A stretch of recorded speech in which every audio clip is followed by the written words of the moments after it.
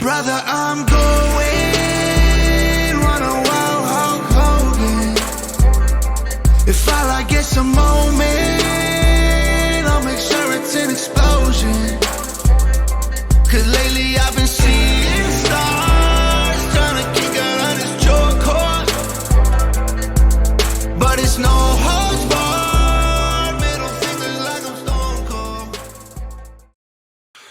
And what is good, everybody? Welcome back to the Slapping Me Wrestling Podcast. As always, I'm WeTooDeep here with my Friday solo episode. Tune in Tuesdays to see me and DJ Wavy D as we, discuss wrestling as well on Tuesdays. But this is where I sort of come in on Friday and just sort of a lot of times there's just going to be some rants or some sort of a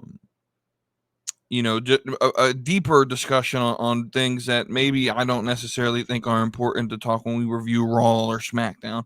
On Tuesdays, this is just more like personal opinions on wrestling and some of the other news that maybe Wavy D wouldn't have an opinion on, such as the first story that we're going to talk about here in a minute. Once I tell you guys all the housekeeping that I typically do, all the links are in the description. Join the Discord. Join to join that conversation that is, that takes place off of the podcast in the Discord. It's where most of the conversation is for this community. Don't forget as well. Link is in the description. If you want to go buy your new All Ego Ethan Page t-shirt or your new Rhea Ripley shirt or the new CM Punk shirt, you want to go buy a championship, you want to go buy gifts for anybody, autographed pictures, right? Use the link in the description to help the podcast. We get a small percentage of all purchases purchased with the WWE link in the description. As well as the link in the description for the Beyond the Junkyard podcast by JYJ or J Nice. This dude got like 12 nicknames. We got to stick with one, dog. We got to stick with one. And K Dog, the voice of reason of the Beyond the Junkyard podcast. That's Thursday nights, 9 p.m. Eastern time. The link for that is also in the description. And speaking of that podcast, let's transition into the show. James, JYJ, J Nice, whatever he wants to go by. He made a statement, or really he asked a question, which is fine. You can ask questions and we can have this conversation. Is WWE scalping talent in the regards of people like Stephanie Vaquer and Julia, and for some reason he mentioned Dragon Lee. I really didn't understand the reasoning he had behind this outside of WWE waited for them to show that they could perform on a bigger stage before they started showing interest. I don't see how this is a bad thing. This would be like there's some phenom like baseball player that's like playing out in the middle of nowhere, but no one shows real interest in that person until they get on the world stage and actually dominate, or let's say like a soccer player or football, right? American soccer, right? If you think there's probably a player right now in some team in the middle of nowhere in Europe that may be the next phenom of soccer, but until they get to the world stage and play in the Olympics or on the through these tournaments like Copa or UEFA, that maybe that's where their stardom comes from, right?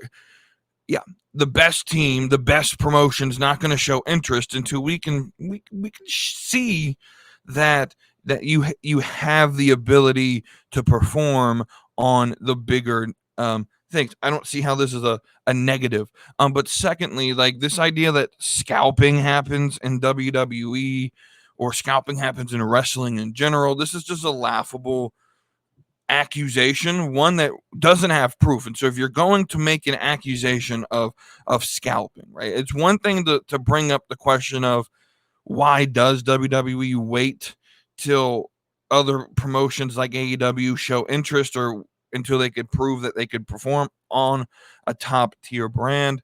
It's another thing to say, well, you're illegally stealing talent. Right. That's an accusation of wrongdoing. It's one thing to say, well, like when you accuse someone in the NFL of tampering, right? You better have evidence to prove they're tampering, right? And so you better have evidence, and none of the evidence James brought up on that show last night really proved whatever, quote unquote. I don't think you can scalp in wrestling for the first part. I don't. I said this, I don't even know how long ago it was. It was sometime last year about wrestling contracts. They're not public, right? A lot of these things may be handshake deals. Some of them are, some of them are on paper, like certify, like you're here till this year or to a certain amount of time, and it's on paper and it's signed, and right. But none of these things are like public. Like if I wanted to go look up Jason Tatum's new contract, I could go look up Jason Tatum's new contract, know exactly what he's getting paid and when his contract ends, right? And most sport contracts are public knowledge. Wrestling contracts are not public knowledge. I don't know what Roman Reigns is being paid exactly. We can sort of estimate, right? I don't know what he's getting paid currently. I don't know how long his contract is till, right? None of these things are public knowledge. So how can someone scalp? Like if WWE, if I'm a talent scout, I'm saying, hey, how much longer do you have on your contract? And I'm assuming you're going to tell me the truth, right? Now the guesses for what CMLL put out about Vaquer, her contract was until 2028. Here's my thing with this. CMLL, New Japan. I know your biggest draw just left, but at some point you have to sort of like acknowledge that you guys are the stepping stone to WWE. And when there's a talent like Stephanie Vaquer, who many in the IWC assume or hold as one of the top women's wrestlers in the world, and she gets noticed by the big dog in the industry, like as the stepping stone. I believe it should be, first off, why are you signing long-term deals with anybody, right? Any of your talent. But second, I think the professional thing to do is to release them from this contract with no holds bar, nothing holding back, no grudges. Like your job should be, like, you should be proud that you're producing talent. Like you're the walk, right? If that's how wrestling works, where there was a hierarchy and people stopped trying to be number one, like CMLL needs to recognize their place in the world. You're not the top promotion in the world. WWE is there, right? And so when knowing that WWE does exclusive deals, like if someone like Vaquer, who I don't know jack shit about, I'm going to be honest with, I've never watched a match of hers outside of her and Mercedes at Forbidden Door. So I have no idea. Like my opinion on her coming to NXT or WWE, I don't really have one outside of I welcome her in. I know that she's rated as one of the top in the world. We just got another one in Julia, which is someone I think James mentioned as well, about like, or he mentioned, I hope Stephanie doesn't become like Julia, who they signed back in April and they haven't debuted yet, or whatever, right? I need to fact check this, and I'm gonna give the credit to Wavy D here for messaging me this,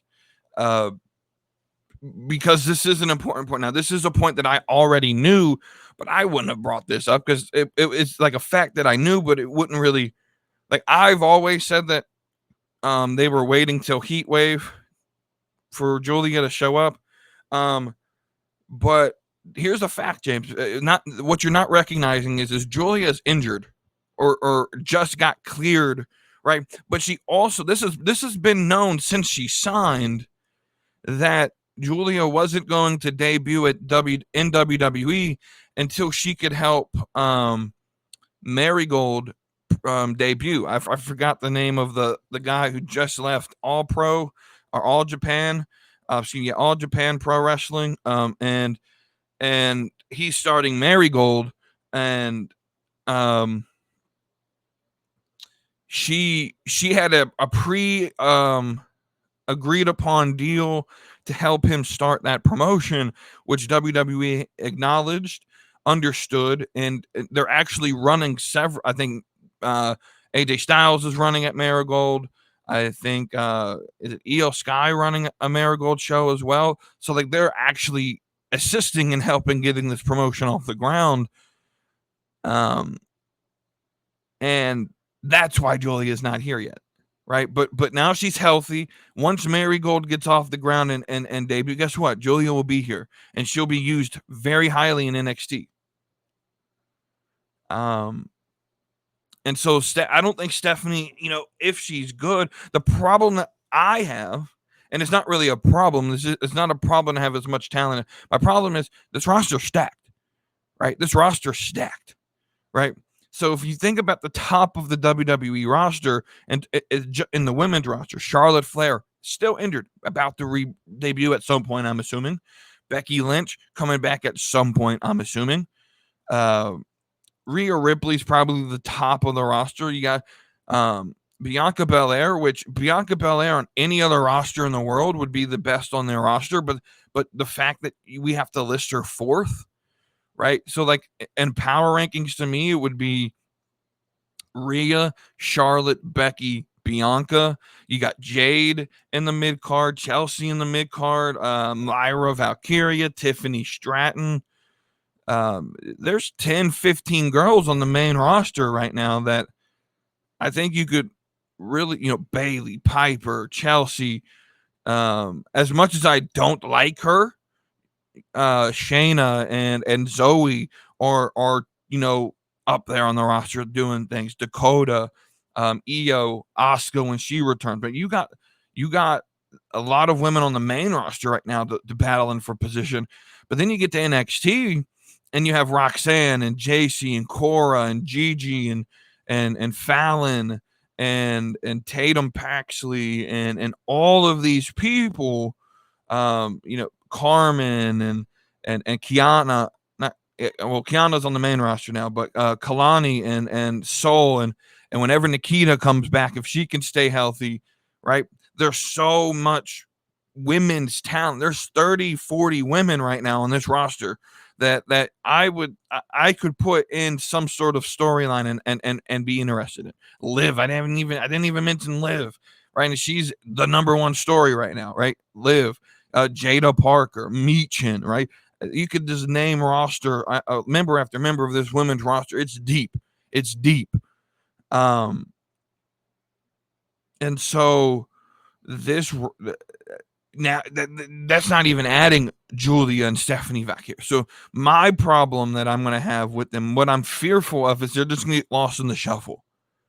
Right? It's the same fear I had for MJF if MJF would have come over, or someone like a Ricky Starks, who, I mean, anything is better for Ricky Starks than what's happening right now, where he's literally not on TV. But I fear if Ricky Starks come over, he gets sort of lost in that mid-card shuffle, where he's not really being used in the way I believe he should be used. Now, being used poorly is better than not being used and sitting at home right now. But look, Stephanie came over. It's a big loss to AEW. I think the main point I really wanted to hit on with this is you just had her on a pay-per-view. She literally, 2 weeks ago was on a pay-per-view. So James wants to ask the question about scalping, not even considering this is fully assumption. I don't know her exact reason why she chose WWE. I do know she tried out in 2018. I do know this has been a goal of hers.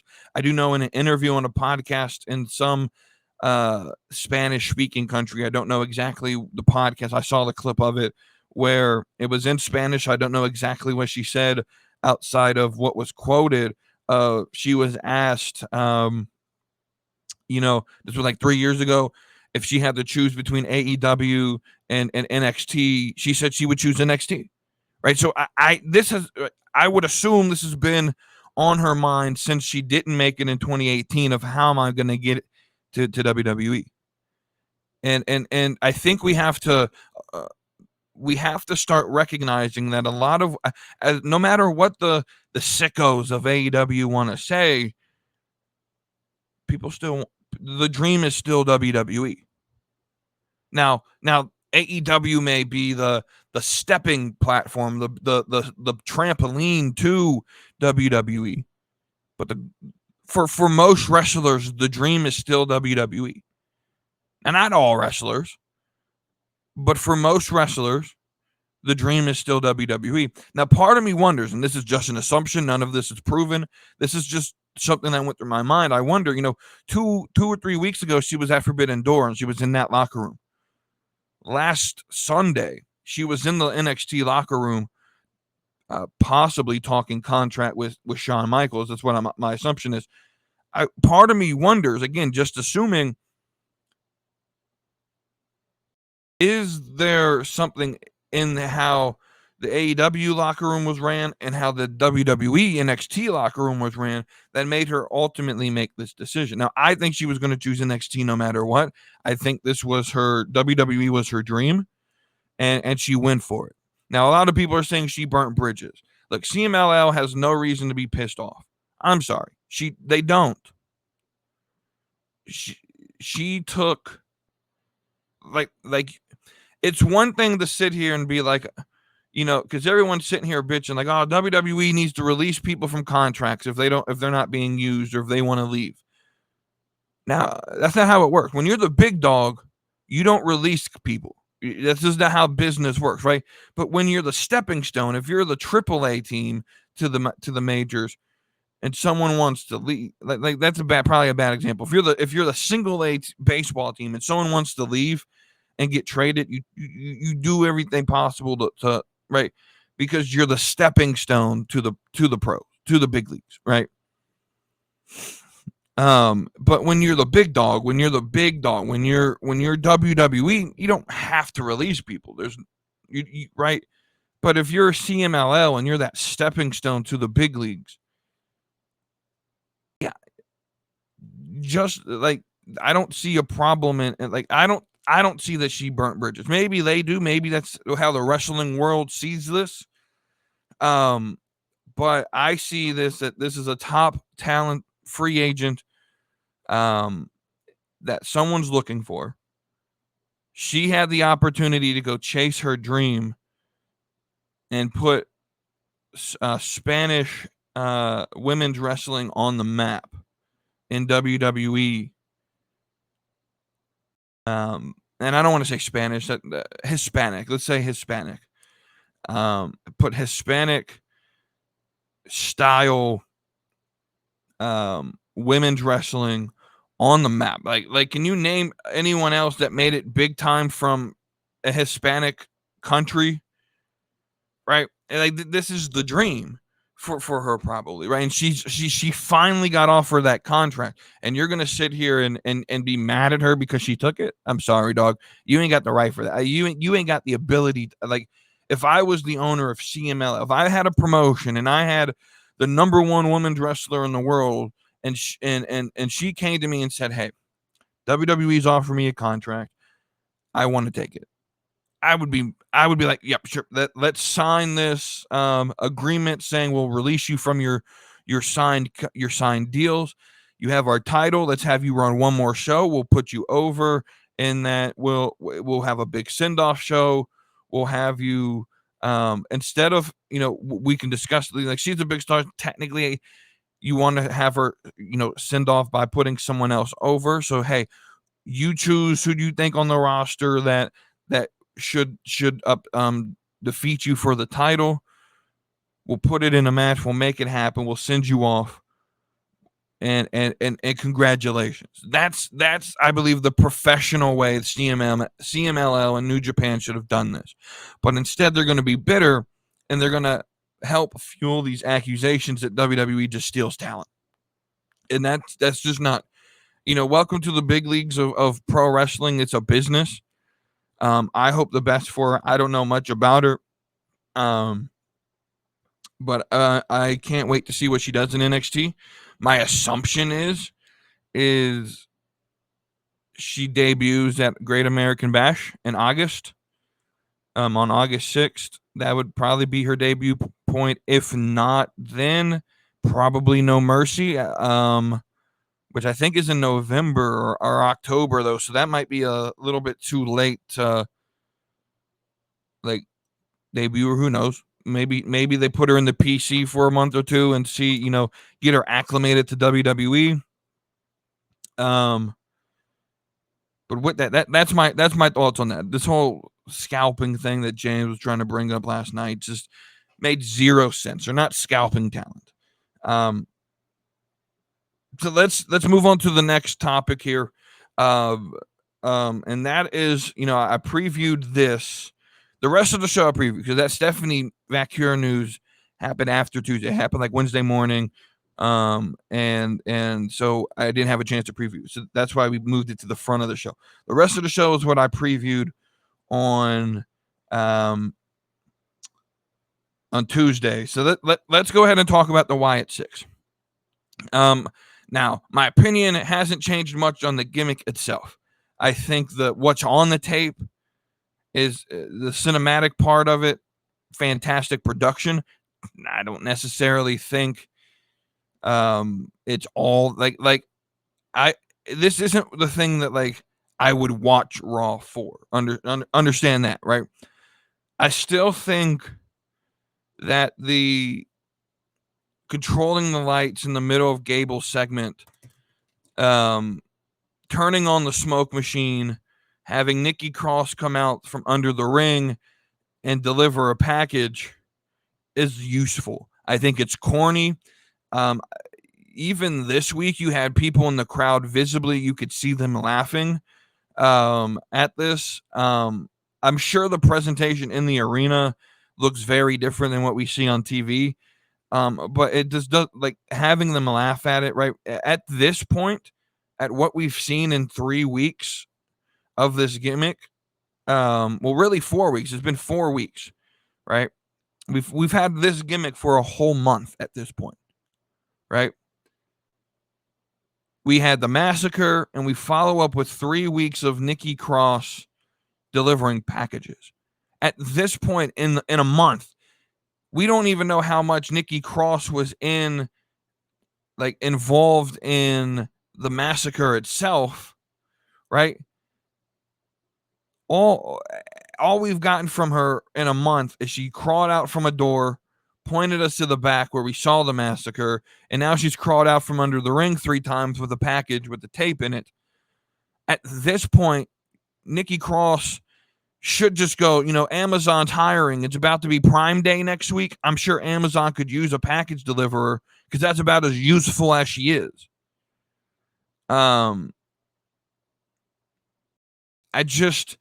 don't understand this part of the gimmick, right? It makes it look hokey, right? So that part of the gimmick stays the same to me, right?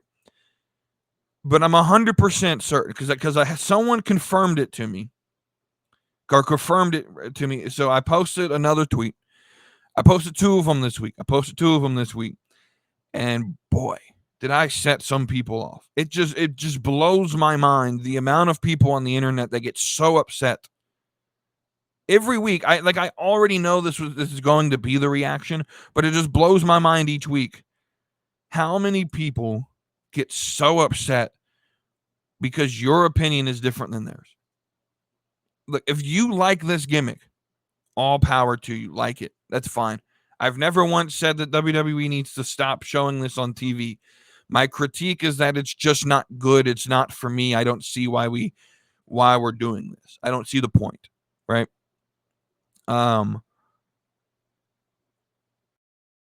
Now, we did move a little bit where we saw Bo Dallas in person in Adam Pearce's office this week. That's fine. Like I left that part of the segment saying, okay, maybe we're moving somewhere. But Milwaukee Mike actually did bring up a good point in the CWC Discord of why would Adam Pearce just willingly shut the door on his office with Bo Dallas, right? And people are like, well, people, well, he's in his Bo Dallas form. He's not in the Uncle Howdy form. Guys, if I understand the second tape correctly, Bo Dallas and Uncle Howdy merged together in that tape, right? I need y'all to understand that this is the Mr. Robot gimmick that I was talking about, the show Mr. Robot. This dude has the dissociative personality disorder. What that means is it's only Bo Dallas, but all these other things are personalities he creates, right? This is plain dissociative personality disorder behavior. And so in reality, there's only Bo Dallas. There's only Taylor Rotunda, right? In his mind, there's Uncle Howdy and Huskus and Abby and all of these people, right? It's right. That's all this is. From what I understand of what we're being seen. Now, I could be completely off base because they're not really giving us much. And so, but that, like the Bo Dallas side of this gimmick, I'm somewhat turning into liking that, right? Because you just saw that I could break this down, right? I could break that down. I could sort of understand the Bo Dallas part. The part that I don't understand is you can hack into the lights, you can hack into the sound, you can hack into the show and show all these QR codes. And so this is what I was sort of affirmed in. If they would have shown these tapes instead of 2 months of QR codes, 2 months of tapes leading up to the massacre, I don't think I have a problem with it. I don't think I'm sitting here the last month complaining about Wyatt 6. Because the problem is that these videos are sort of telling us the story in reverse. We saw the big massacre, and now we're sort of being told the story in reverse. Or sort of like being caught up on why it happened. And they're not really saying exactly why Gable, why kill people in the back. Like no one's really actually addressing that sort of elephant in the room, right? And so I just the Taylor Rotunda Uncle Howdy stuff, like dissociative personality disorder, that makes sense. I could break that down. But the sort of having Abby or Nikki Cross playing Abby, I'm assuming that's her character, right? That having her come out from under the ring every week with the smoke machine, being laughed at in the crowd, delivering a package to Michael Cole and Pat McAfee, that part makes it a little bit too childish for me. It makes it a little bit unbelievable. It makes it a little bit like it ruins the rest of the gimmick that is right. It's sort of because let me explain it this way. Nikki Cross is the only character we've seen of everyone outside of Uncle Howdy every single week. Right. So it almost feels like Nikki Cross is sort of outside of the rest of the gimmick because she's an active part of the show, whereas Redbeard and Gacy and Dexter haven't been seen since then, since the massacre. Right, we haven't seen them be an active part of the show, right? And so there's two different sides of this gimmick. I like the Bo Dallas stuff. I think that's fine, although that's cool. But this Nikki Cross shit is getting real tired, right? Running the same, right? So, but I put this on here because I want to talk about the response to my opinion. The response to my opinion. So the number one response that I always get, I get this every single week. I get this every single week. Oh, well, if you don't like it, go stay and watch AEW. Boy, I don't even fucking watch AEW. And when I do, I shit on it. I'm consistent. I shit on wrestling. That's what I like to do. Right? When there's bad wrestling, I shit on it. When there's good wrestling, I praise it. That's what I do. Right? But I don't even like AEW. I don't. I think there's segments of it that are good. I think contrary to what James and even Wavy D wants to sit here and say, the learning tree gimmick, Chris Jericho, is my favorite part of AEW right now. It's funny. It's making fun of wrestling fans. Like I don't know how much of the wrestling fan base who just completely shit on this gimmick understand that they're the people that he's making fun of. Right? It's completely a joke, the entire gimmick, which is what makes it so fun. It's just the biggest load of schlock that on wrestling, but it's completely making a joke out of the wrestling fan base, and I completely love it. Right? Everyone called him the Hulk Hogan of AEW. So what did he do? It doesn't work for me, brother. Right? He makes fun of it, and that is entertaining. But it's for a meaningless title. That's not really a sanctioned AEW title. Right? I had this conversation with Cody the other day. This is why I call Cody the voice of reason on the Junkyard Media group, or the Beyond the Junkyard podcast. Excuse me. He's the voice of reason because he agrees with me in part that it's not a sanctioned title. So the FTW, like, it's not really that big of a deal that Chris Jericho has it. He's on TV. He's giving TV time to Brian Keith, I get it. Outside of AEW, he was known as like the best African-American wrestler on the planet. That's fine. But guess what? He's now signed in AEW and he wasn't doing anything. So now you give him something to do. You give Private Party something to do in this feud, right? You give Samoa Joe something to do after he loses his title. You give Big Bill something to do, right? You give some of these guys who really didn't have much going for them something to do. And that's all that matters, right? And then I just want to I'm adding this to the show. Real quick. I'm adding this to the show real quick just to talk about this rant. You know, everyone talking about, this street fight ends in a ref stoppage. Yeah, that's kind of what a street fight is, right? The ref has the ability as the referee, if that referee deems that opponent not able to compete, right? And then what I feel a lot of people didn't recognize was this was a write-off. This was a write. They wrote off Samoa Joe. I thought, and knowing this information now, I even like the segment even more. You drive him on a forklift through a wall, you put him in an ambulance, and now he gets to go film Twisted Metal, and he can come back in October or November when filming's done and come after Jericho again, right? Or start something new, start fresh, right? I liked that segment. I don't think it was as bad. People just,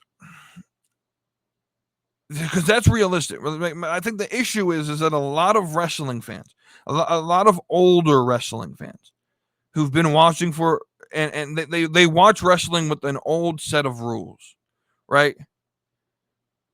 Where everything was sort of, you had to suspend some believability. And I think new wrestling is we're just going to make things as real as possible. And I actually like that. I like making wrestling as real as possible.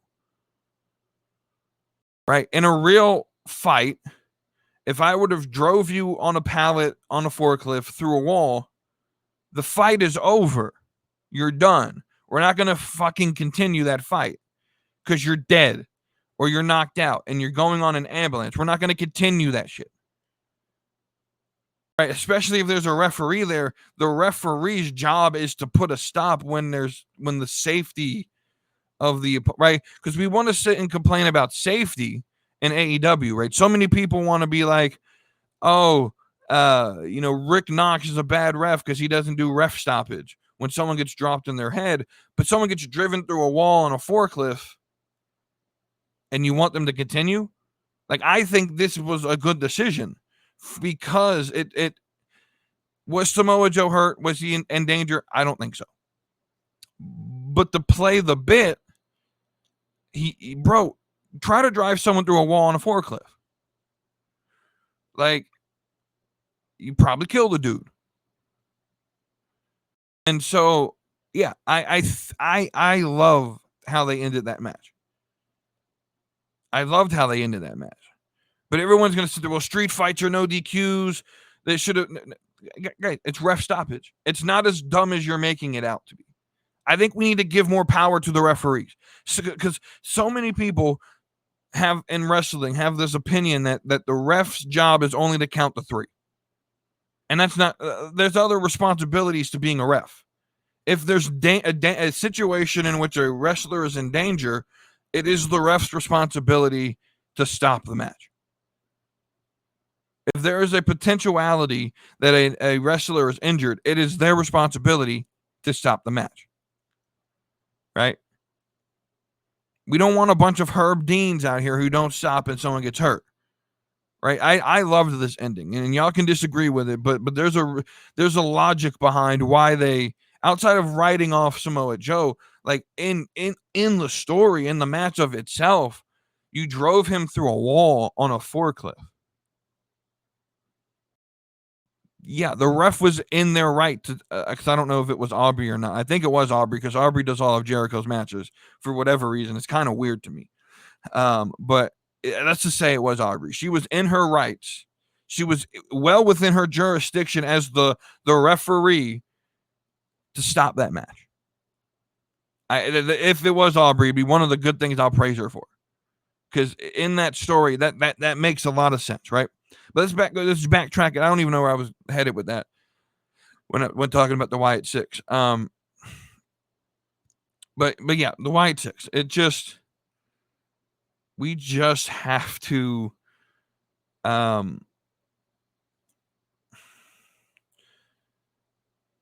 we need some direction. We're a month into this, right?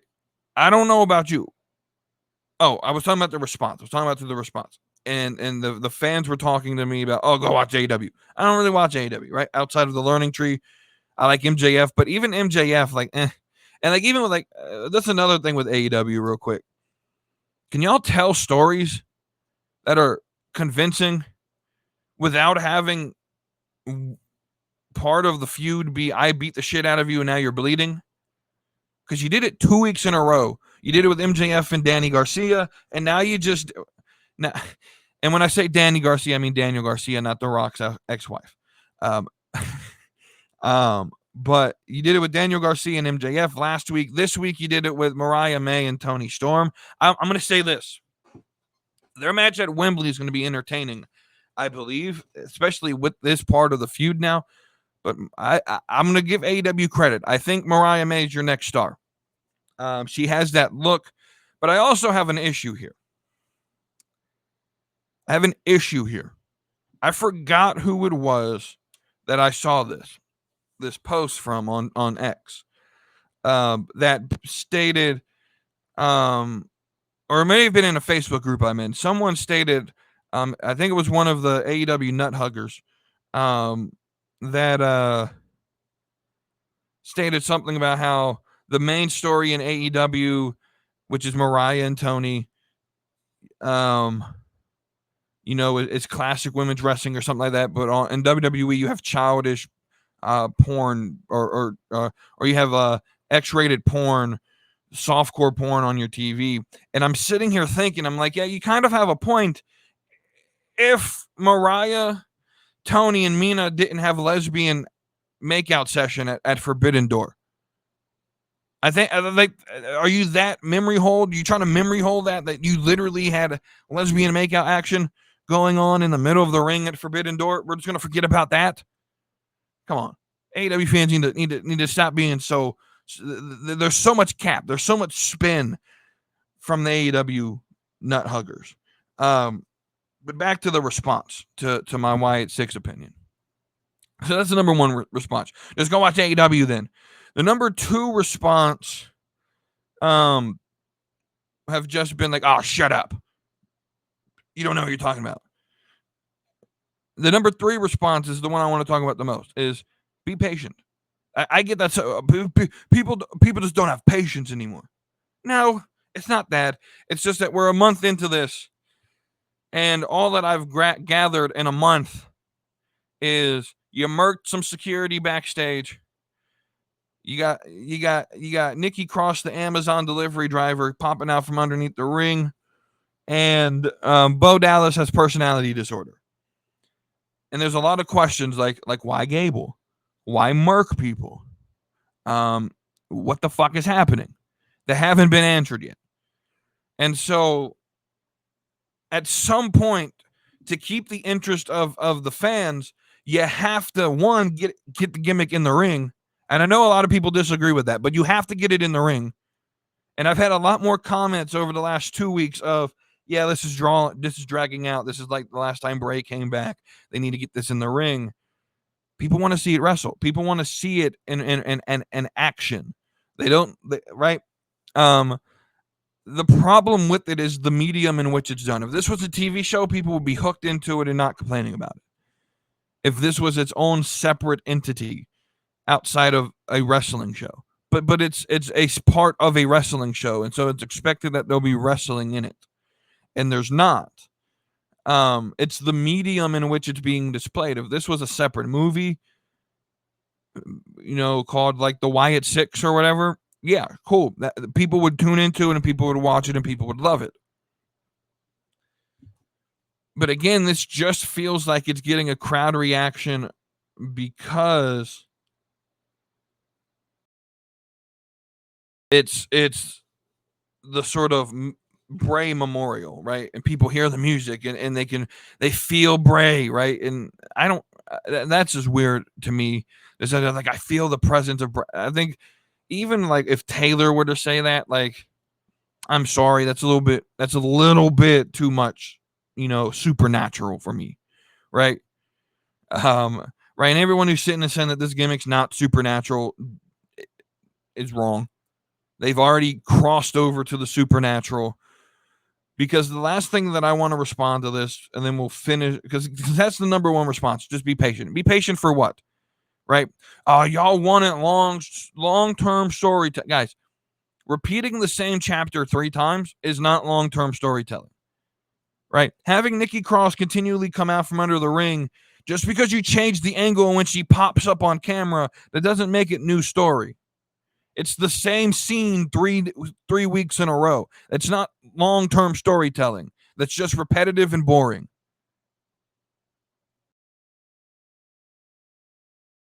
Right? The last thing I want to say about this is, and I didn't mention this on purpose because I didn't want to take 30 minutes to talk about this, having Wavy trying to defend it. He can defend it all he wants. I just didn't want to waste a lot of other time because we had a lot of other things to talk about on Tuesday. But that man Chad Gable came out on Monday more bandaged after Money in the Bank than after being murked by the Wyatt 6. And you could say, well, that just proves how light the attack was. No. It just proves they don't fucking take the gimmick seriously. You want me to expect that Chad Gable was more injured after Money in the Bank than after having blunt force trauma to the face? This is the small details that bother me, right? If you're going to run this gimmick, you have to run everything 100% according to the gimmick, according to logic, right? Gable doesn't just miraculously get healed after 2 weeks from blunt force trauma to the head just to get put in Money in the Bank, do a little bit of dangerous spots. Not a lot. I don't remember him doing a lot of crazy shit. To come out here and have more bandages on him after Money in the Bank than after he got murked backstage by a group of monsters. And this dude came back a week after getting murked and beat Braun Strowman and Bronson Reed to get put in this match, miraculously healed. if he was that injured in Money in the Bank, don't you think he can miraculously heal him? Like you see how crazy this can get. You see how it doesn't make a lot of sense. It's not how that doesn't prove that the attack by the Wyatt Six was light. It just proves that there's no continuity in this gimmick. They don't take it seriously, right? And as funny as the moment was, Jay Uso dipping out of the ring when Wyatt Six plays, that's cool, right? He doesn't want any of their shit, right? But the lights start going out. He wins the match. Everything goes out. The music starts playing, and he looks directly in the camera and yeets. And then before he runs off, as cool as that moment is, it's almost making a mockery of the gimmick. It's taking the Wyatt Six too lightly. Because if I was Jey Uso, I'm not wasting any time to get the fuck out of Dodge. I'm just getting the fuck out of Dodge. But, right, I actually saw a tweet like, I need Jey Uso to stop taking the Wyatt Six so lightly. Yeah, because it's weakening the gimmick. It's not taking the Wyatt Six seriously. And so if you don't take it seriously with Gable, if you don't take it seriously with Uso, why am I supposed to take this thing seriously? They're not taking this thing seriously. And this, if it continues down this path, this is what I was saying a month ago. If it continues down this path, we're going to end up with Mountain Dew Glow Light match. All over again. This is the same type of way they booked Bray Wyatt's return. And Triple H was at the helm of that. I was telling you, oh, that was Finn. No. Triple H was at the helm of that. Triple H is the only reason Bray came back. And the best we got out of it was Mountain Dew Blacklight match. Now, and I know the response to that is, well, he was sick and he was injured, and yeah, I get all of that, and I feel bad for him. This is not saying anything bad about Bray. He was a good guy. He was a good entertainer. But the gimmick sucked, dude. And guess what? Taylor Rotunda is a good guy. He has a lot of trauma and hurt from losing his brother, and I feel very sorry for him. I really do. I can't even imagine the pain he goes through. The gimmick sucks, dude. That's just the reality of the situation. Both can be true. Taylor Rotunda could be a fantastic person. Everyone involved in this could be fantastic people. And this could be for a reason. You know, this could be in Bray's memory and all of that. But that doesn't mean that I have to sit here and sugarcoat my opinions to make it look like it's sunshine and rainbows when the gimmick sucks. The presentation of this booking sucks. The only thing that makes any sense to me is, well, Bo Dallas, the character, has dissociative personality disorder. And if this goes the way I think it is, it's going to be revealed that all the puppets and Uncle Howdy himself are just personalities he made in his head. And this is literally just a remake of Mr. Robot. Because that's the finale of Mr. Robot, was that we just found out that this was essentially just a guy with dissociative personality disorder making a whole bunch of personalities. You know, he had, right, and all of that, right? I can go watch the show to make a lot more sense. But if that's what this is, like, I've seen this before, and this isn't new and entertaining, and I'm not going to sit another 6 months watching vignettes that you could have just hacked in and shown me instead of having Nikki Cross look like literally all she does is deliver packages. Amazon's hiring, FedEx is hiring, UPS is hiring. You can get a lot more action done. You can get a lot more fulfillment in your job if that's all you're going to do. Shit, dude. Like, part of this is serious, and I believe in it with Bo Dallas and that angle. But then the rest of this, everything else going on with the gimmick, from the presentation of Gable and Uso and Nikki Cross, it's so hokey and corny, dude.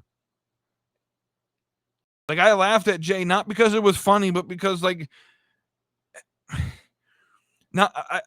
that's how you die in a horror movie, because you take time trying to exit slowly. Like, we're gonna move on because we got a lot more ranting to do. The next subject that we're gonna rant on. Last Wednesday, the 3rd, WWE put out their Behind the Curtain WrestleMania documentary. Now, I didn't watch this till after I recorded the episode on last Friday, so it's been a week since I've seen it, and this is the first time I really had the opportunity to talk about my opinion. Now, I've kept this under the cuff because I didn't want to start this conversation until I talked about it, right? I've seen reviews of this, like, this was a great documentary, this explained the situation a lot, blah, blah, blah. I've seen comments of, like, this documentary this documentary shows me why I love WWE so much, blah, blah, blah, blah, blah. Guys, let's just understand exactly what the schlock was, what this was, right? This documentary was The Rock, Triple H, and the booking team spinning what happened to make it look like they gave a fuck about the fans. Because this is twisting the story. You ever wonder why an hour documentary took 4 months to make? When they made a Bray Wyatt documentary, they made a Bray Wyatt documentary in like a month or 2 or 3, right? They filmed it like within like a 3-month period. And had it post-edited and all of it, right? And the Bray Wyatt documentary was a lot more in-depth than this WrestleMania documentary, right? They do these WWE 24 documentaries, or at least they used to. They would have these things made in like 2 months. And they would be like hour and a half, 2 hour long documentaries. This thing was an hour long. It took them 4 months to make. And a lot of the footage in it was filmed on site along the way. So why was post-production 4 months? You know why? Because they were being consistent in their stories, so that when they could film the interviews of The Rock and Triple H and everybody, that everyone was consistent in their storytelling, that everyone was telling the same story of what happened. They were fabricating what happened, because we all know what happened. We all know what happened. WWE wanted to do Cody Roman, and The Rock stuck his nose in. Now, I don't blame Rock for that, because I think what would have made a lot more sense was Rock Roman at WrestleMania in Philly. Why? Because when Roman won the Rumble in Philly, who came out to raise his hand? The Rock. You could turn that into an entire storyline. Like 10 years apart, a decade of representing the family. Now we're going to see who the real tribal chief is. I actually wanted Rock versus Roman. So I'm not saying that this is The Rock's fault that we right. I think WWE had the bigger main event in Rock and Roman, and they should have kept to it, right? But this is going to come to the end of the show after we review Heatwave. I have a hot take I'm gonna share out. But we got to stop with this idea that Triple H is like the god of booking. Because he said some things in this documentary that left me shaking my head. Like face palm, shaking my head. And like he said, oh man, I had not 80% of the show booked in October, right? We had CM Punk versus Seth Rollins, and we had Rock versus Roman, and Cody. We really didn't have any plans for, but we knew the destination, and we knew he had to win Rumble. Wait a minute, you're gonna have Cody Rhodes win Royal Rumble with zero plans to put him in a main event at WrestleMania, which is the whole fucking point of doing the Royal Rumble and winning it. So what's the long term here, Trips? Because that doesn't make any fucking sense. That doesn't make any fucking sense to me. It doesn't make any sense to me. You went into Royal Rumble, the event, the day of, and had zero plans for Cody Rhodes post Royal Rumble, but you were going to have him win the damn thing? That makes zero fucking sense to me. Right? You know what would have made more sense? Like, I know, like, Punk was scheduled to fight Seth, and that got derailed because he got hurt in the Rumble. But you should have pivoted. Like, the pivot should have happened there. The pivot should have been Punk saying, fuck, I'm hurt. Telling the ref I'm hurt, getting eliminated, going to the back, like, as quick as he possibly can, telling people in Gorilla, hey, I'm hurt. I know I'm supposed to face Seth. Have Drew win the Rumble and face Seth. And I'm going to go get surgery to fix whatever's wrong with my arm. And I'm going to come back and I'm going to cost him the match. Put me right. We could have got the same storyline we have with Drew and Punk, but we could have had it somewhat organically started outside of just, I hurt you, right? Because, I hurt you. You could have literally done the gimmick the same way. You could have had this storyline booked the same way doing that, right? But no. We're going to have Cody Rhodes win the Royal Rumble with zero plans to use him, right? And so they walk down this line of the better story. Now, I told you guys this. Now, I told you this year was going to be the year of Solo, right? Now I want you guys to look at in hindsight and look at how I booked WrestleMania, how it should have happened. I need you. Let's go back in time. Let's jump in the time machine. Let's go back to January. And let's look at how I booked this. Rock versus Roman. Solo turns on Roman so that The Rock can win because it's not for the title. It's not for the title. Roman's still champion, but The Rock wins the title of what? Of head of the table. And Rock now is head of the table. He could then come out and say, well, I'm not just the head of the table. I'm on the board of directors, so I'm everybody here's boss. So I'm the final boss. You can still get the final boss heel character. You could still get this, the bloodline story we have right now. This should have started in January, February, March, in April at WrestleMania when Solo turned on Roman in Rock versus Roman and Rock won. As head of the table, he turns to Solo and said, you did it for The Rock, right? You did. Solo comes out and says, I did it for The Rock. He's the head of the table, and The Rock comes out and says, Solo, well done, good servant. You're now the tribal chief. And your wise man once did it for The Rock as well, and it's Rikishi. Your first task is to find you a new bloodline. And you come out and you bring out the Tongan brothers, the Tongas, and you bring out Jacob Fatu, and you bring in, right? And you have the same thing you have right now with the bloodline.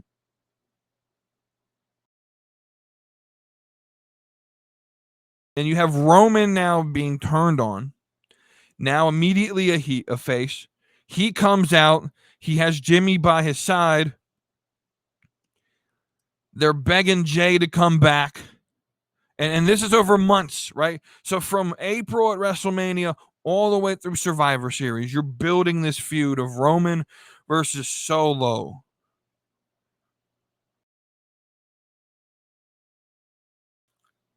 We're at Survivor Series. Solo, his team beats Roman with Solo pinning Roman. But let's back up a little bit. Let's not get that far ahead. Money in the Bank. You have Solo win Money in the Bank. Right? He then goes into to SummerSlam where Roman's fighting God knows who, if Roman's fighting at all. You could, the little details of this we could, argue about. Right. And Solo cashes in on Roman. And Solo wins the title, which leads us to Survivor Series, where Solo's team beats Roman's team, which leads us to WrestleMania 25, or 2025, excuse me, or Royal Rumble 2025, where Cody can then win that one. Right, Solo beats Roman for the title. He ends the run. Cody can win and beat Solo for the title, and that's fine. But we could have waited one more year for Cody. We really could have. I don't think we could have. Right, WrestleMania in Las Vegas is big, but we're now 2 years removed from when we should have had Rock Roman. Really, last year, or this year, really, at 40, we should have had it. It made the most sense. 41 just makes no sense to have Rock versus Roman. Right? If we would have just continued with the original story of Rock versus Roman, we still get the bloodline the way it is. You still could have had Drew and Punk and Seth in a feud. You still could have had Damian cash in and be champion. Nothing changes except Cody Rhodes is not champion. Roman Reigns is still on the screen, and you have Solo Sikoa beat him and actually put somebody over.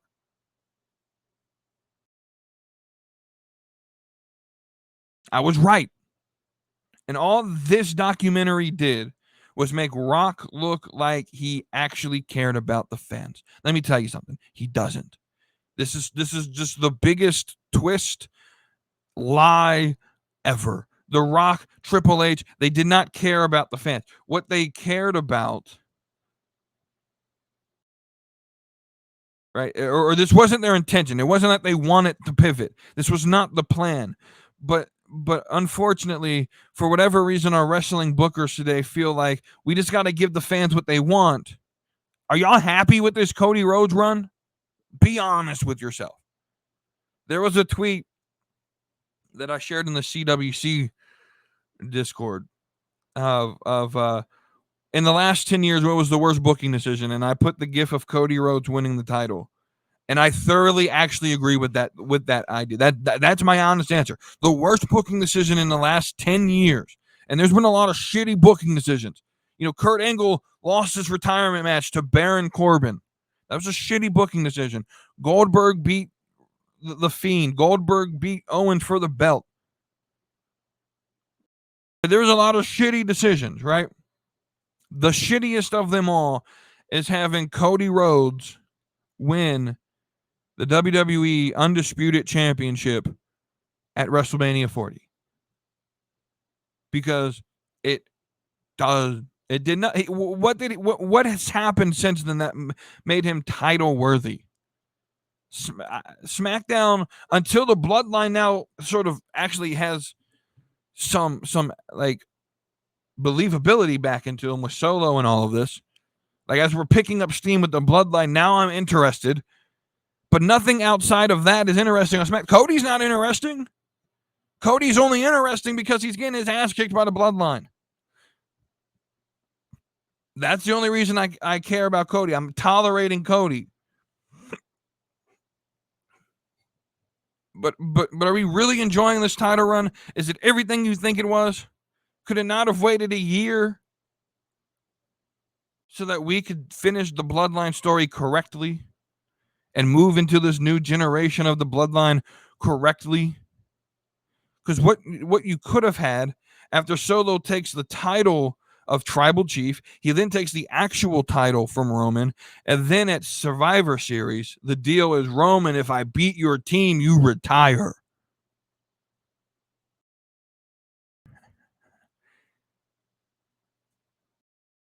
And Solo's team wins. And Roman has to leave and retire. So The Rock can just disappear, play board of director, final boss from the boardroom. Doesn't really have to be on TV, as Solo's now the Tribal Chief. Roman's retired. And we have a much better bloodline story than what we, right? It wouldn't have taken 3 months since Mania for this shit to click. Right? It wouldn't have. If Roman was still there and was still part of the story, and we're not trying to put Cody in holding for when Roman comes back or whatever the fuck we're doing, right? We have a constant, very good storyline, right? Let me cook this shit, dog. I know what I'm fucking talking about. That documentary was the biggest waste of an hour that I've ever sat and watched. We learned nothing new other than Triple H's booking is questionable. It really is. Let's just be honest with each other, right? It's really questionable.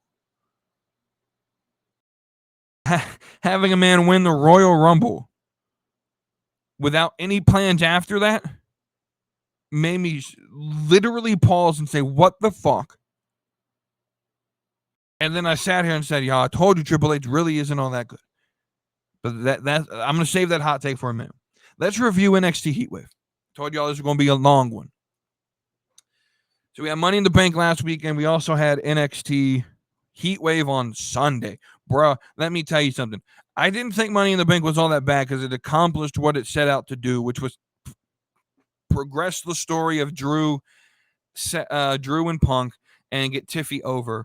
And the rest of the show really was just, I'm confused with the Braun result. We already talked about that on Tuesday. Damian and all of that. Again, that whole thing was just to push the Drew and Punk story, which is fine.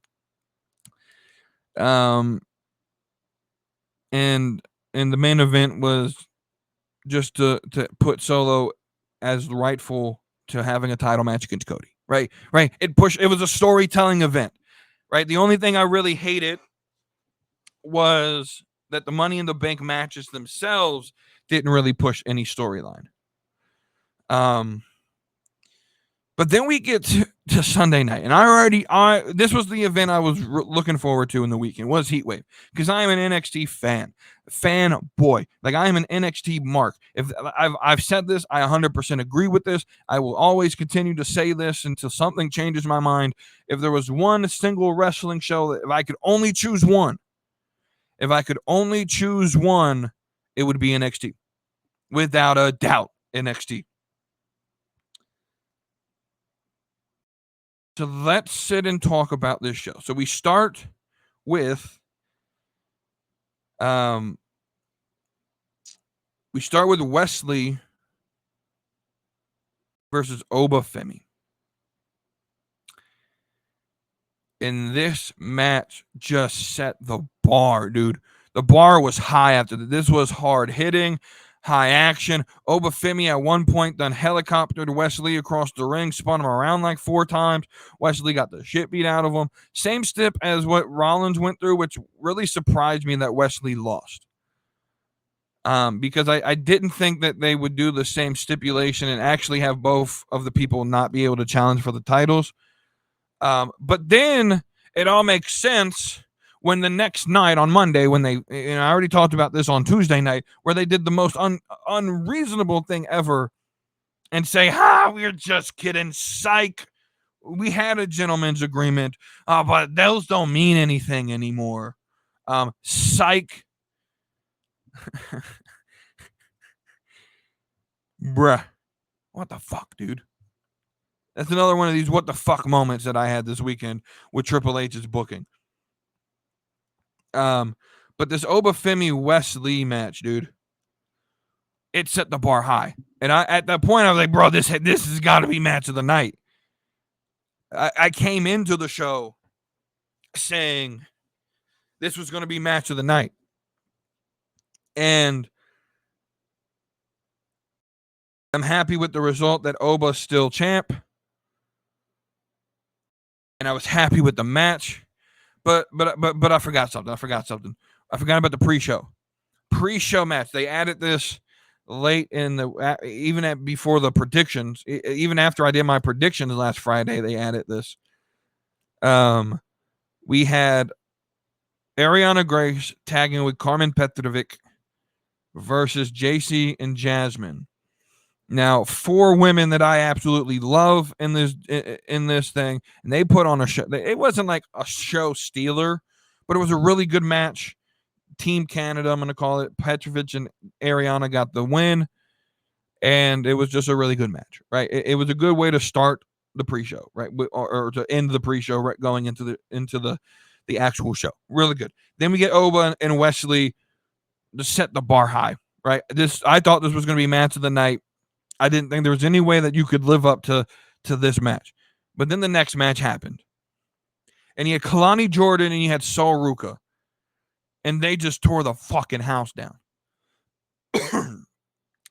I said this sort of jokingly a couple months ago, but I saw someone tweet this. So I feel like I'm affirmed in my belief because someone else believes it as well. NXT has the best women's roster in the world. Sorry, it's just the facts. They have the best women's roster in the world. Right here, NXT. NXT. Name me a better women's roster from start to finish than the women's roster in NXT. They're the best. They're the best women's roster in the world. No debate about it. Kalani Jordan and Sol Ruka just went out there, had a banger of a match, and in the middle of putting on this banger of the match, proved a point that I've been making for what feels like 3 years. If we can just move away from wrestling, we can get away from the old school thinking in wrestling that every match has to be heel versus face to make sense, we could book a lot better shows. We could have a lot more matchups. If every feud doesn't have to be the good guy faces the bad guy. That's real simple wrestling. That's how you, if you're booking for kids, that's how you tell stories. Right? This guy's the good guy, this guy's the bad, right? But we're not just booking for kids. And I think also this new generation of kid, I don't know what's in the water that we're feeding kids, but they understand nuance a lot better. I really think they do. I really think that you could tell better, right? What was the story here? Kalani Jordan's champion. She felt that Sol Ruka, her best friend, was the best talent available to challenge her for the title and that she deserved a spot to challenge for this title. So we're going to have a match together. What was the motivation for Kalani Jordan? She wants to prove that she deserves to be champion and she wants to keep her belt. What was the motivation for Sol Ruka? She wants to win the belt. This is how a mid-card title is used. It should be defended every week on TV. It should be definitely defended on PLEs, right? But this should be a major focus point of your mid-card women's division is just having matches because people want to be the champion. So when it comes to this sort of segue and rabbit hole back up to Tuesday's conversation of adding 2 women's mid-card belts, one on Raw, one on SmackDown, this is why you do it. Right, this is how you build the next main event star, right? If you have 7 people running around challenging for the world heavyweight or the women's championship, running around for the women's, and I really feel this way about the men's division as well. If you have 7 people running around for the world heavyweight championship, that's too many people, not enough prize, right? Theoretically. Like, wait, VD, I respect your opinion. I understand what you're trying to say, but you said we should have 4 to 6 people. That'll make a good, elimination chamber match. Theoretically, the elimination chamber match should include like so you have your champion and they're fighting. The elimination chamber is fighting for a spot to face the champion, right? So it should include like 2 or 3 other people that are in the world title picture, and then so half the match should be like the other 3 people in the world title picture, and then the last 3 competitors are mid-carders that are about to be moved up. Right? You don't have 6 people fighting for the world heavyweight championship. There's not enough screen time for that. There's only one belt. Unless you're doing 6-way matches every week, there's no purpose of having 6 people fighting for the world championship. Same thing goes for the women. There's no reason to have more than Liv Morgan and Rhea Ripley fighting for the championship right now. Because that story goes 2-3 more months. And in those 2-3-4 more months, the goal of the mid-card is to find the next challenger. In this case, I think it's going to be Lyra Valkyria. The next 3 to 4 months is to put Lyra on TV as much as possible. And if she had a mid-card title to fight for, the mid-card would feel a lot more important for the women's division. Someone like it, right? And if your fear is, well, we're going to start having matches between Maxine and Natalya. Guys, that's not a bad thing. That's how you get the mid-card better. That's how you give Maxine some prestige. First off, I get annoyed when Natalya comes on my screen, but we got to stop sitting here and thinking that Natalya is a shitty win. She has the most wins in WWE women's history. So if we're going to base this on that, right? If we're going to mention that on TV, anyone who beats Natalya that's a major win. She's a multi-time champion. She has the most wins in women's history in WWE. Now that's going to change here pretty soon, I would assume. With Charlotte and Rhea and Bianca coming soon, but the point stands that she's a veteran of all veterans. She's the most winningest woman in WWE history, multi-time world women's champion. That's not a slousy win right there. Like if you beat Natalya, that's supposed to rocket ship you, right? Zelina versus Lyra is a banger of a match, right? There's enough women on Raw to have a mid-card title. There's enough women on SmackDown. They're just not seen because there's no purpose to put them on the TV when Bayley's fighting Nia Jax, and that's the only feud that matters for the women's title right now.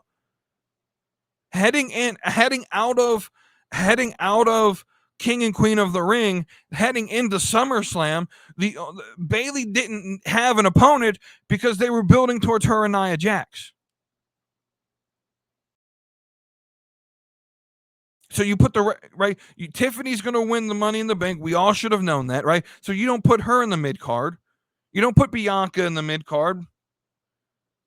But you kind of did because she's in a tag team, right? So you put everybody else outside of Nia Jax and Bayley, have them tell their story and interact to build towards SummerSlam. You put everyone else in the mid-card and you put a belt that they're all trying to fight for, and you tell a story to build the next competitor. That's how this works. And then it's just a cycle, okay? So let's say it's Tiffany. She wins Money in the Bank, right? Well, see, she doesn't need to be in the mid-card. Why? Because she's winning Money in the Bank. She can cash in whenever she wants. That's her rocket ship. Now, personally, for me, I believe every mid-card champion, every mid-card title, they do this at the local promotion here. Their mid-card champion, I forgot what it's called. They have the ability, sort of like Money in the Bank. So I want to get rid of Money in the Bank. Here's why. We could give the same gift of Money in the Bank, the same gimmick or reward in Money in the Bank in the mid-card title. What does that mean? Here in the local promotion here in North Carolina, AML, their mid-card champion can cash in that mid-card title for a world title opportunity. What does that mean? That means that I'm forfeiting the title. If I lose the match, I'm not a champion at all. We have a vacated mid-card champion. But if I feel like I can beat the world champion, I could cash in my mid-card title for a world title opportunity. I think that's what we need to do instead of Money in the Bank. So Sami Zayn, if he feels lucky, can cash in that IC title on Damian Priest. But if he loses, he vacates the IC title. Risking that reward, right? I believe WWE needs to institute that for all mid-card champions. If Obafemi thinks he can beat Ethan Page, which guess what? He can cash in this title. He vacates the North American Championship for a title opportunity. And if he loses, he's just not a champion no more. Logan Paul can cash in on Cody Rhodes, right? And vacate that U.S. title and become world champion, right? I believe that's what we need to do. That's just me booking this thing out, right? But a women's mid-card title for both brands, there's enough women to do it. When I started the show talking about Stephanie Vaquer, I named like 30 women on the roster. 3 of them are injured. Asuka, Charlotte, and Becky's not here. But I named like 30 women between Raw, SmackDown, and NXT. I named like 30 women. Don't tell me there's not enough women on this roster. The problem is the veterans in NXT, your JC James, your Gigi Dolans, your Fallon Henleys, your Roxanne Perez, your Cora Jades, move them up to the mid card on the main roster. Now you have a main roster, mid card, and just cycle through them and build storyline. You can have 3, like this championship right here. NXT is proving what a mid card can do. We have like 4 storylines. You have Michin and Jada. You have Kalani having random challengers, right? You have there's you have whatever's going on with Wendy Chu. You have Thea Hale and all of and JC James trying to, you have a lot of shit going on in the mid-card women's division. But it's Lola versus Roxanne right now as the only competitors for, right? Because that's how you do this shit. That's how you do it. It's not that hard. There's enough women to have 2 main card champions. There really is. Let's not act like Kalani and Soul didn't just prove what the women's mid card can do. Move up some of these NXT veterans in the women's division. Move them up. Give us this belt. You know how you crown it? Run a Mae Young Classic. Or run an all women's pay-per-view with 2 separate tournaments and crown your 2 champions. Not fucking rock. Or you don't even have to, right? The tournaments can just be like, hey, we're gonna do qualifying matches to lead up to Elevation. I don't know what the fuck they call that pay-per-view. 2, and have like a 6-pack challenge ladder match. We all love ladder matches, right? We can fucking run this shit. We can do this thing, man. It can happen. But let's move forward to the next match, because I didn't think anything could outdo Soul and Kalani. Now, looking back at it, I still think that's match of the night. But we have this NXT Tag Team Championship match. Fraser Axiom versus Chase University. And boy, this thing stole their fucking show too. These first 3 matches had me hype. Hype.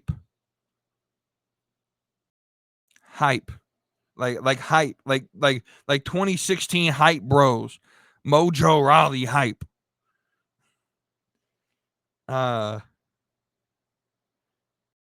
Nathan and Axiom retain the championship. And we see that on Tuesday. Man, my dude Duke Hudson. Let me talk about Duke Hudson. Let me give Duke Hudson some flowers real quick, dog. This dude, like 4 years ago, was lame to me. Bro was on TV. I don't even remember his gimmick. I didn't like him. Anytime he was on the TV, I'm like, bro, get this dude off of my TV. He joins Chase U. Man, I miss Bodie. I think Bodie Howard was his name. I miss Bodie, dude. But Bodie got fired. Duke took his place, and Duke Hudson is now like the dude, man. He is the MVP of Chase U. He should, I agree with Booker, man. Make him the president of Chase University. Duke Hudson has won me over in the last 4. This goes to show something. Booking is 90% of this business. It's booking. How do you present somebody? It's booking. Why do you think they put Thea Hale back in Chase U? it wasn't really working well having her with JC Jane. And you made a great story out of it. You made a shit ton of money off of that calendar. By the way, can we do that again next year? Like having NXT, the women of NXT calendar every single year. Shawn Michaels is finding these baddies. I don't know where he's finding them, but Shawn, I need you to point me in that direction. But this this match right here, Chase U is legit. The only thing I have about Chase U is, man, my dude Andre. I love me some Andre Chase. He's a local North Carolina boy. He's a vet in this business. But my dog, dude, y'all, can you take off the damn sweater when you're wrestling? You don't have a bad physique, dude. I've seen you wrestle in normal wrestling attire. Just take off the damn sweater when you're wrestling. It just looks so awkward. But Chase U, legitimate team, dog. Legitimate team. I love it. I love it. We then move in to what I'm going to call the momentum killer. And I already knew this was going to be the momentum killer coming into this show. It was the NXT Women's Championship match between Roxanne Perez and Lola Vice. Guys, I liked the match. It was just slow, and it didn't have a lot of the craziness and like excitement. Excitability is not a damn word. Over here making up words and shit. It didn't have a lot of the excitement that the first three matches had in terms of the pacing. It was a lot slower. And it really focused on like telling the story of, damn, Lola might have broken her wrist and shit. I don't think it's over with. I didn't think Lola was winning in the first place. I think Lola Vice will be champion though. Possibly.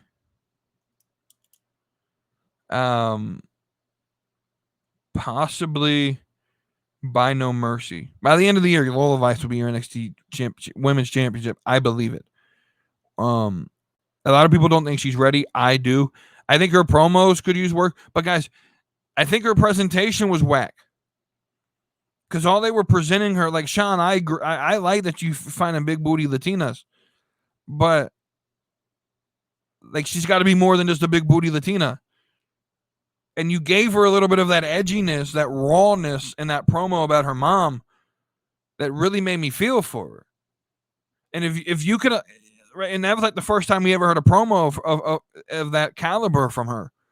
And it was actually really good. I thought it was presented really good. And if we can get more of that from her, Lola Vice is ready for this championship. She's ready for this. And so I'm cheering for her. Like she's going to be one of those, like, I want her to, anything to get Roxanne, anything to get this version of Roxanne. I don't like heel Roxanne. I think Roxanne is better as a face. I liked it better when Roxanne came out here and just, I'm here because this was my childhood dream and I made it. Like just goody two shoes. Like that's what I like. I don't like it. Just feels forced. This heel gimmick just feels almost like she's forcing it, and it just doesn't feel believable to me.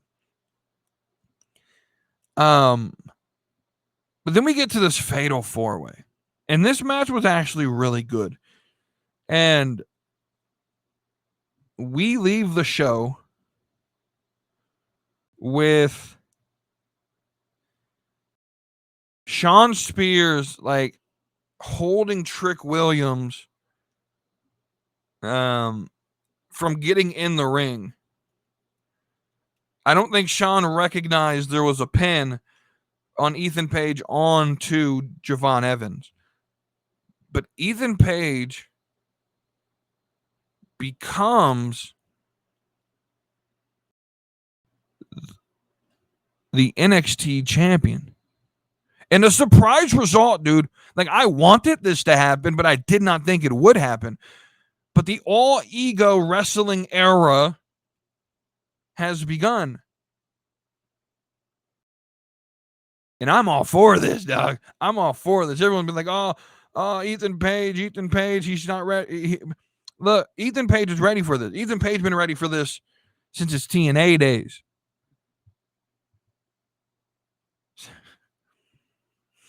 The all ego era is here, my dude. And he came out on Tuesday and they were booing the shit out of him in his promo. He just kept going. This dude can just piss you off with how cocky he is in this character. And I love it. I loved every moment of it. Right? This NXT Heatwave, guys, listen close. Hot take coming. Heatwave take coming here.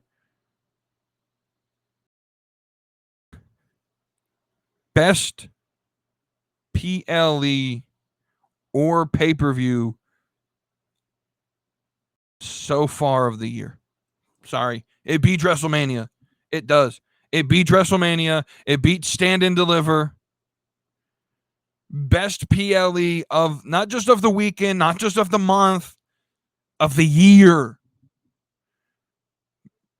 Best PLE of the year. Heat Wave. We had 3 matches of the 5 that I really felt could be match of the year when I finished watching them. And then you had your main event, which was just really good, and ended with a surprise result. Guys, NXT's killing it right now. NXT is killing it right now, which is where we get to the actual hot take. This is the hot take I've been promoting for the last 2 or 3 days. Can we slow down on the Triple H booking love? Can we stop calling Triple H Booker of the Year? Can we stop sort of with all this praise and adoration to Triple H, he's the greatest in it? No, guys. Let's put that where that belongs. It's the Heartbreak Kid. As always, Triple H is carrying the luggage of the Heartbreak Kid, Shawn Michaels. Triple H, he's good. He does a lot of things, but he leaves me shaking my head sometimes. Is Triple H NXT? I did not like. Black and Gold NXT, I did not like. You're getting a lot of that style of booking on the main roster right now. And it's not bad. He's not doing a bad job at it. But guys, Shawn Michaels is cooking on every single level right now. NXT is cooking. Ava has given us everything we want, right? And we even have the sort of feud between Robert Stone and Stevie Taylor on who can be her assistant. And they're giving us great, bro. I need to tell y'all something. I popped loud, dog, when Cedric Alexander popped up on Tuesday, and Cedric is now NXT. My dude Cedric is now NXT. Charlotte, North Carolina represented. Let me tell you something. That dude now. Asante showed up right after. Are they a tag team? Are they separate? Who knows? But if Ashante's down there, send him to TNA. Let me get top dollar back in my NXT, dog. Let me get AJ Francis.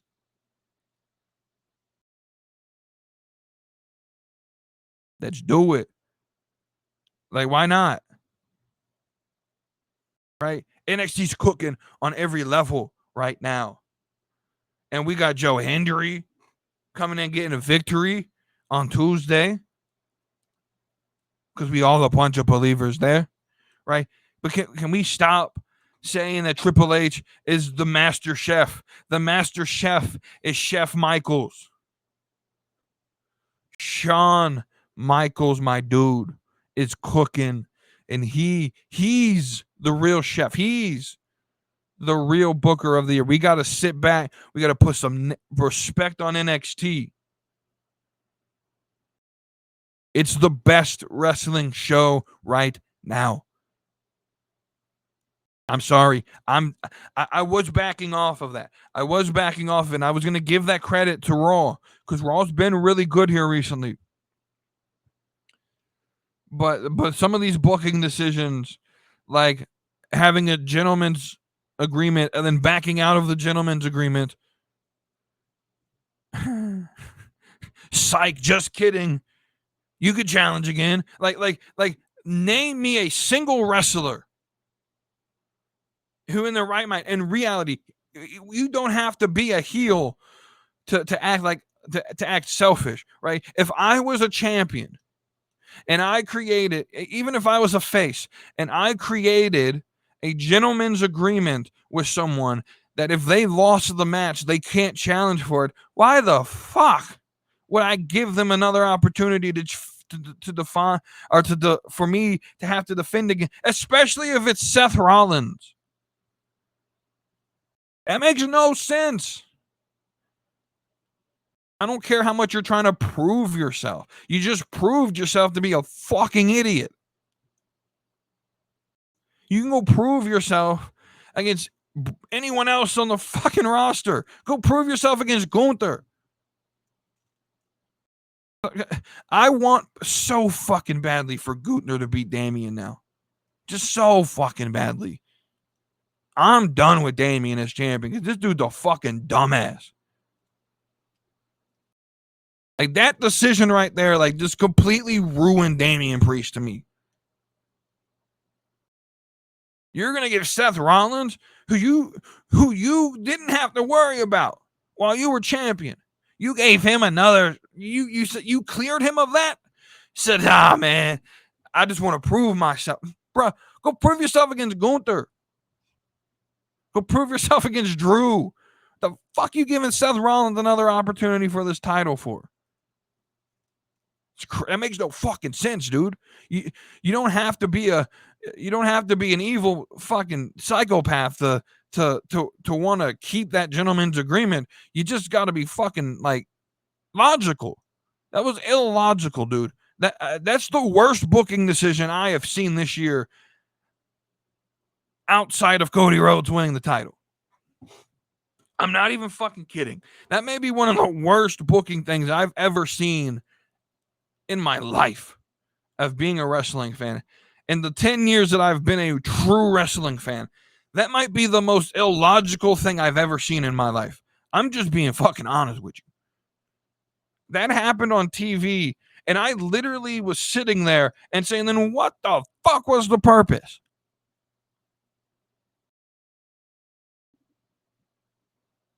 It does. What's the purpose of it? Someone actually explained to me the purpose of it.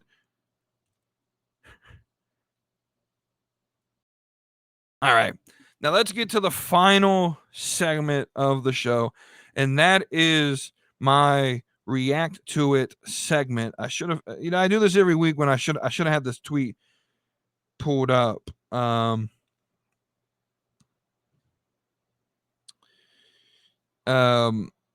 He made some comments a week or so ago. I want to find the actual tweet.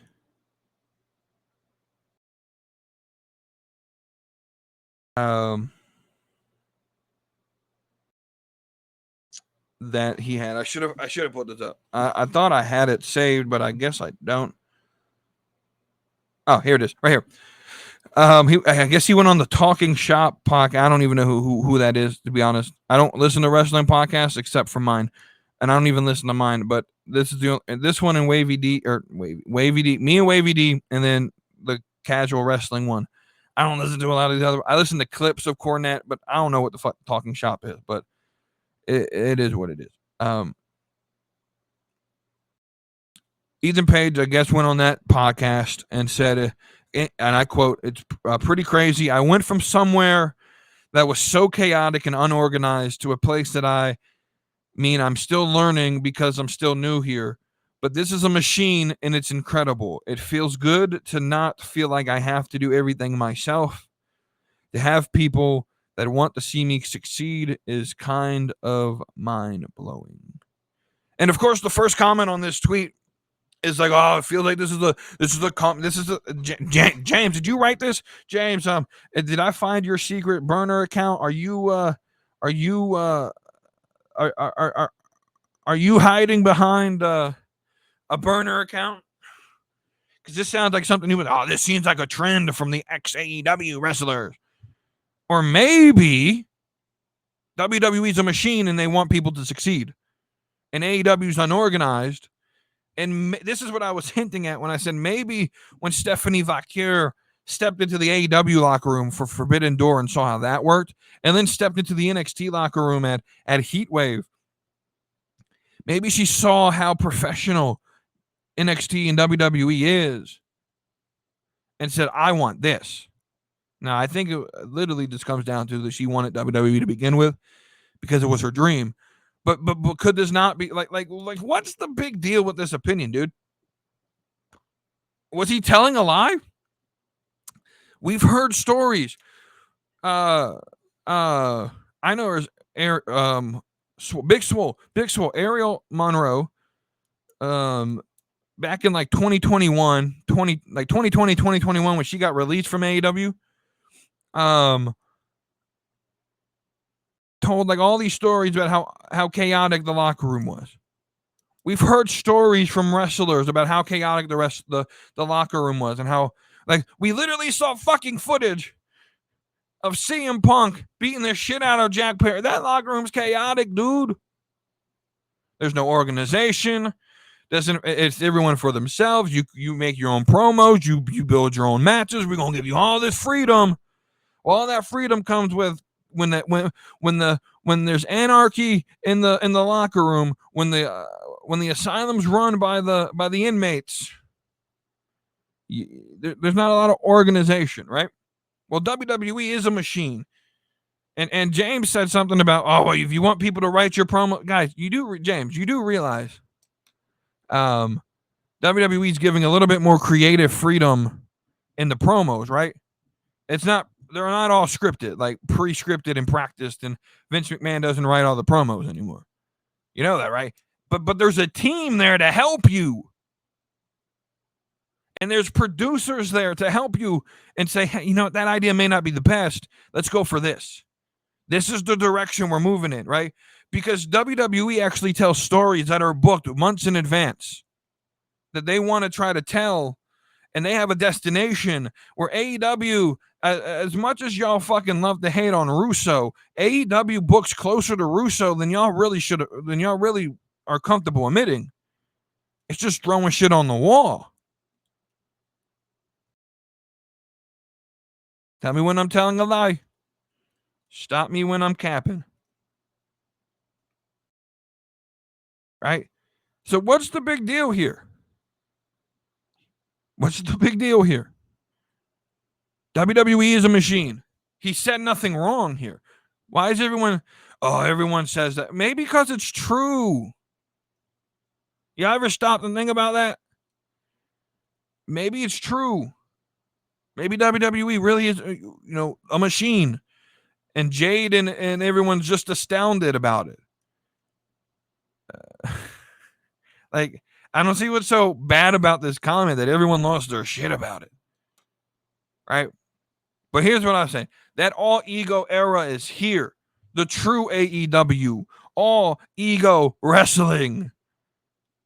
I'm here for it, dog. I'm here for it.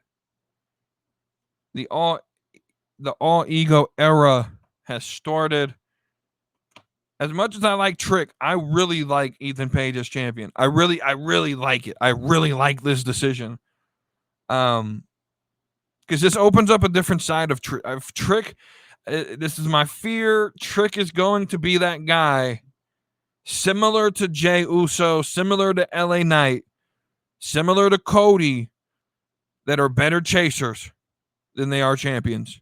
And that's not a bad thing. That means you could be in the world title picture a lot and chase these titles, right? It's not a bad thing. But I think just the fan reaction to Trick, I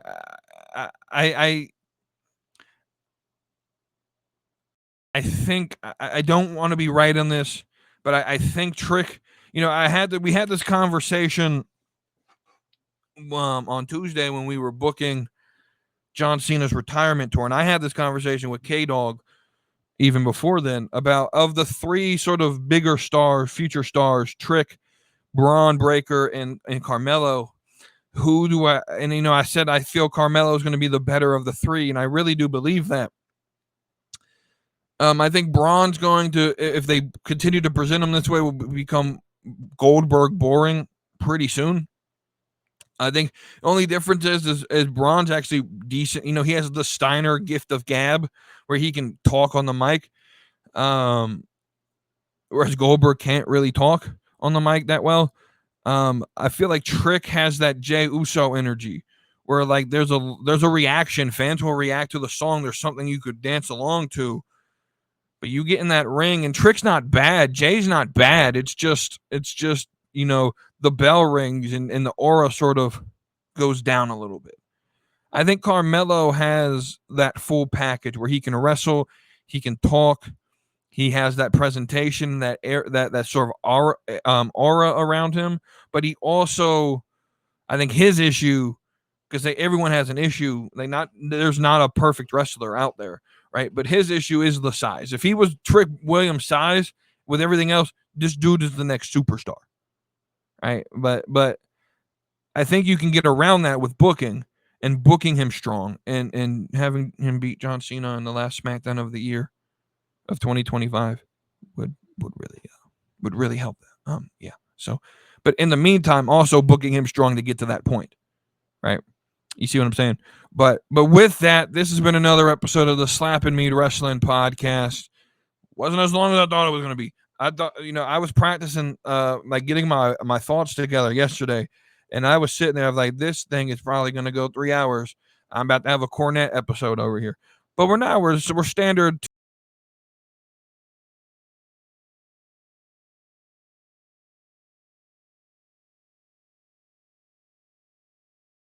But thank y'all for watching and listening. As always, like, share, subscribe, leave us a review. Tell me how you think. Put a comment down. Let me know what you think if you're watching on YouTube. Subscribe, turn on notifications, all of that fun jazz we always end the show with. I'm WeTooDeep. I'll see y'all next Tuesday, where we'll talk about tonight's episode of SmackDown, Monday's episode of Raw, and see where we head from there. If any other breaking news breaks out, we'll talk about that as well. Join the Discord. Leave me some topic suggestions. If you're in the Discord, go vote in the Thirsty Tuesday poll. Kara, we're doing this for you.